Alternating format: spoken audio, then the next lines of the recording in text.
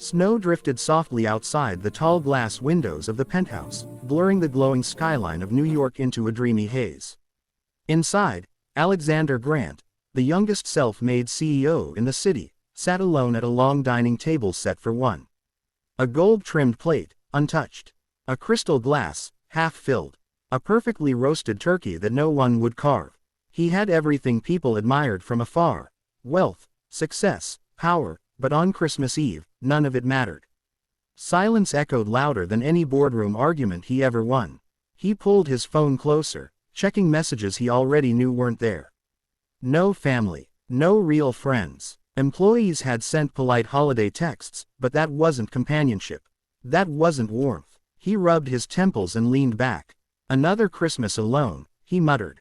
He hated how normal it sounded. Just then, a soft knock broke the stillness. Alexander frowned. Security was tight. No one came to his door unannounced. He walked toward it, opened it a few inches, and froze. A young woman stood outside, holding the hand of a small girl wrapped in a fluffy pink coat. Snowflakes clung to both of them. The girl's nose was red from the cold, her curls bouncing as she shifted shyly behind her mother. "I'm sorry," the woman said quickly. "I know it's late, and I know we shouldn't be here. But, could we come in for just one night?" Alexander blinked. "What?" The girl peeked out, whispering, "Mommy, he looks nice." The mother gave a small, nervous smile.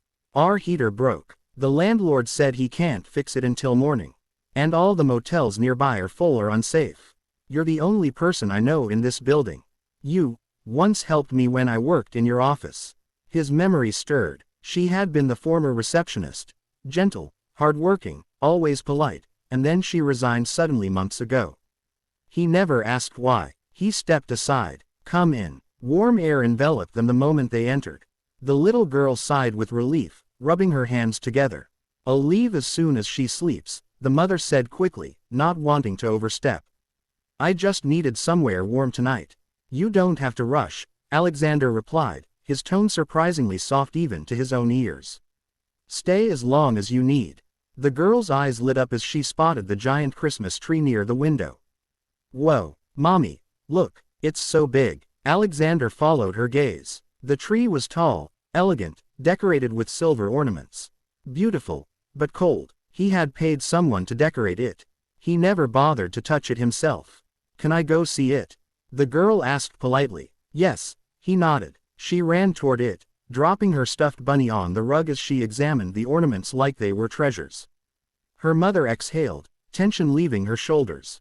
"Thank you," she whispered. "I didn't want to bother anyone, but she was shivering so badly." "You did the right thing," he said. "A child shouldn't spend Christmas freezing."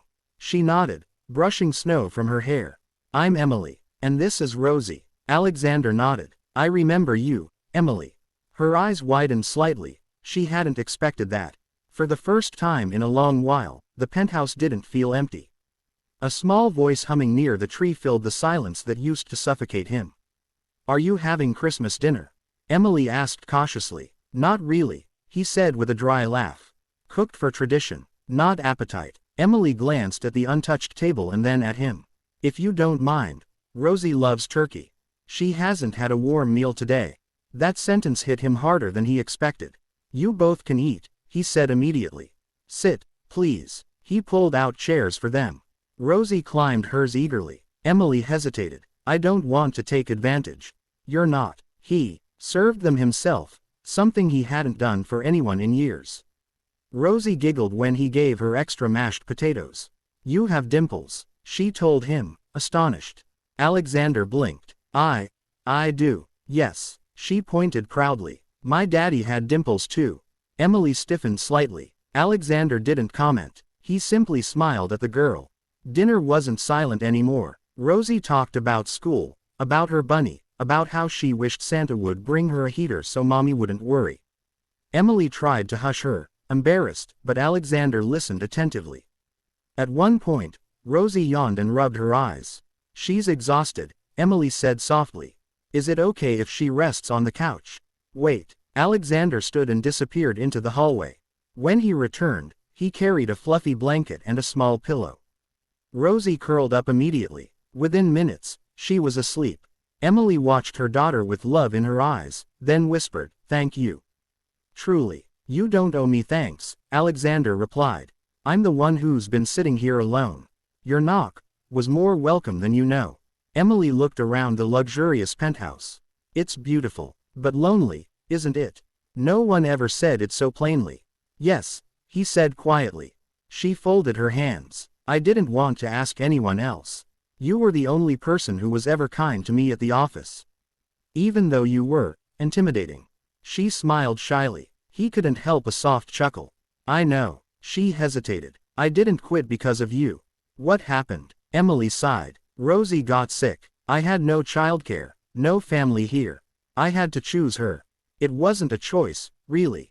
Silence settled between them again, but it was gentle this time. "You did the right thing," he said.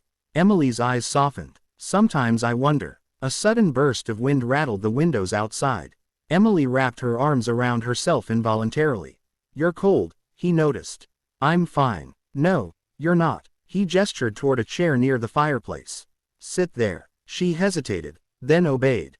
He adjusted the fire and handed her a cup of hot chocolate, something he never drank but had in the pantry for reasons even he didn't know. Emily sipped it, closing her eyes. "This is the warmest I've been in days." He sat across from her.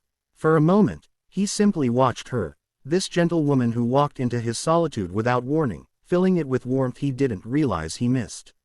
"Alexander," she began softly. He raised a brow. "Why were you alone on Christmas?" He stared into the fire. "I've been alone for years. My parents passed when I was in college. I buried myself in work. People around me, they weren't real connections." Emily nodded slowly. "That's a heavy kind of loneliness." He looked at her. "I didn't realize how heavy until tonight." Her eyes softened. "And now," he exhaled. "Now, it feels lighter." Emily held his gaze longer than before. There was something unspoken between them, something new, fragile, warm. A soft whimper came from the couch. Rosie shifted, clutching her bunny. Emily stood instantly, adjusting the blanket gently over her daughter. "She needs a proper bed," Alexander said. No, this is already too much." "It's Christmas Eve," he said simply. "She deserves comfort." Emily looked unsure. "What about you? We're occupying your home." He shook his head. "You're filling it." She froze at his words. He walked toward the guest bedroom door and opened it. "She can sleep here." Emily carried the sleeping girl inside and settled her onto the bed. She kissed Rosie's forehead and came back out, closing the door softly. When she stepped back into the living room, she noticed Alexander staring at the tree. "Something wrong?" she asked. He shook his head. "Just thinking." "About what?" "That I've never had a real Christmas. Not one that felt human." Emily approached slowly. "Tonight is still Christmas Eve. You can still have one." "How?" She smiled gently. "Start with one thing. Something small. Something real." He looked at her. "Like what?" She took an ornament from the box on the floor, a small silver star, and held it out to him. "Hang one," she said. "Make one memory." He hesitated, then lifted the star and placed it on the tree. Emily watched, smiling. Something about that moment felt strangely intimate, like the first page of a story neither of them had expected to write. When he turned back to her, Emily whispered, "Merry Christmas, Alexander." For a moment, he forgot how to breathe. "Merry Christmas, Emily." She tucked a loose strand of hair behind her ear. "We'll leave in the morning. I promise." He stepped closer. "You can stay, as long as you need." Emily swallowed. "I don't want to be a burden." "You're not." His voice softened. "You asked me earlier why I was alone. Maybe I didn't want to be. Not tonight." Emily's eyes lifted slowly to his. Her voice was barely above a whisper. "So you want us to stay?" He nodded. "Yes, stay. Just one night. Or maybe more." She inhaled shakily, moved by sincerity she didn't expect from a man the world saw as hard, cold, unreachable. "Okay." She breathed softly. "We'll stay tonight." And in that quiet living room, lit by the soft glow of a tree he finally touched, Alexander Grant realized something he had forgotten long ago. Home wasn't a place. Home was a feeling. And tonight, it finally returned.